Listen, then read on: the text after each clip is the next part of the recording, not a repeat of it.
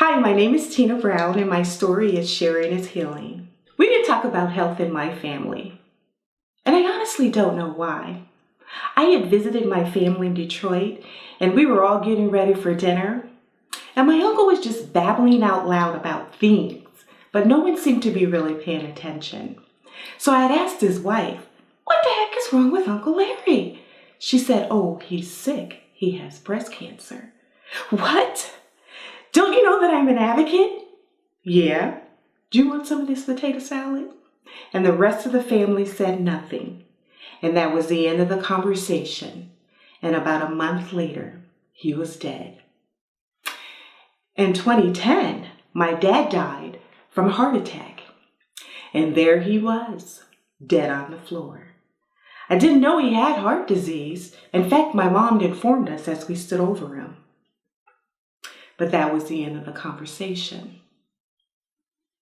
During this time, my sister, brother, and I were all worried about my mom. And so we each took turns staying with her. A few weeks later, it was my turn. I woke up that morning, the sun was shining. I literally heard birds singing. It was a beautiful day. And I felt a sense of relief, knowing that Mom was going to be okay. Then later that morning, we get a call that my sister died. She died from asthma just 2 days before her 42nd birthday. And there she was, dead on the floor. Now, she had had it all her life, but I didn't think she'd die from it because we didn't talk about it. Meanwhile, my own health crisis was brewing.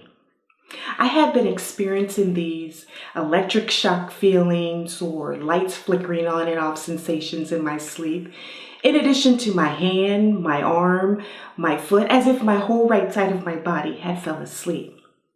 So I went in to see my primary care doctor, and she referred me to a neurologist. After an exam, MRI, and a lumbar puncture, it was confirmed.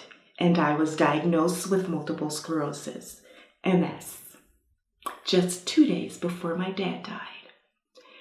It's a devastating disease that affects the central nervous system. Nearly 75% of all those diagnosed are women. I didn't know how serious it was until my doctor said, "Tina, I'm sorry, but you have to start therapy right away. Injections, needles, weekly." I was stressed out. That stress led to fear of the unknown, fear of my mom finding me dead on the floor. It was way too much. I couldn't deal. I shut down and isolated myself. And for the next 3 years, I struggled and suffered in silence. I developed severe panic attacks, anxiety, and depression. Fear kept me from seeking mental help.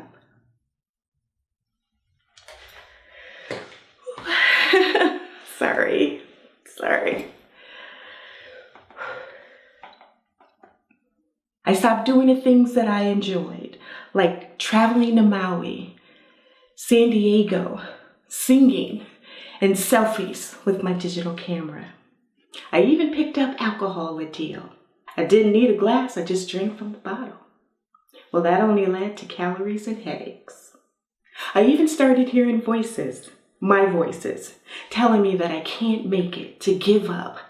Have a drink. What about this? What about that? What if this happens? Ugh, I was stressed out. Those voices became louder and louder. I remember even pacing the floor in circles, screaming at the top of my lungs. And then in one moment, I looked up and I asked God to help me. That led to connecting to the MS Society. And I noticed the name on the board, Marion Kelly, a community leader I knew. I emailed him. He responded right away. And I asked him if I could trust this organization, and he said yes. And then he shared that his wife Fran has had MS for 20 years, and they wanted to meet with me the very next day, and we did. And what a relief it was to finally connect with others that are also affected by this disease. They saved my life, and I was no longer alone. That opportunity also led to me being introduced to a doctor at Mayo Clinic, the best I've ever had. You know, the doctor that has a couch and sits and talks with you for more than half an hour? I didn't know how to handle that. I'm used to the 5-minute doctor, but all I did was sit there and listen. This also led to me meeting other women with MS. And I remember that we were sharing our stories and just sharing when we were diagnosed, our journey and our symptoms. So when it was my turn, I was the one that blurted out, "Oh my God, I'm crazy. I'm crazy. I think that I'm losing my mind. I'm crying all the time. I'm sad." And then one of them said, "Well, what medication are you taking for your therapy?" And when I told her, she was like, "Girl, that's why you crazy. Didn't you read them side effects of that medication?" No, I didn't. And that's when I discovered the very low level of my health literacy. I just took that medication. I didn't ask no questions. Why? What for? What will it do to my body? What are my other options? So when I went back to read those side effects, it said can cause depression, suicidal thoughts, mental and mood changes, and anxiety. And share with your doctor if you have those symptoms. Oh gosh, okay. So immediately I stopped taking that medication, started a new one, but taking injections 3 times a week, feeling better. And I take medication to manage my depression.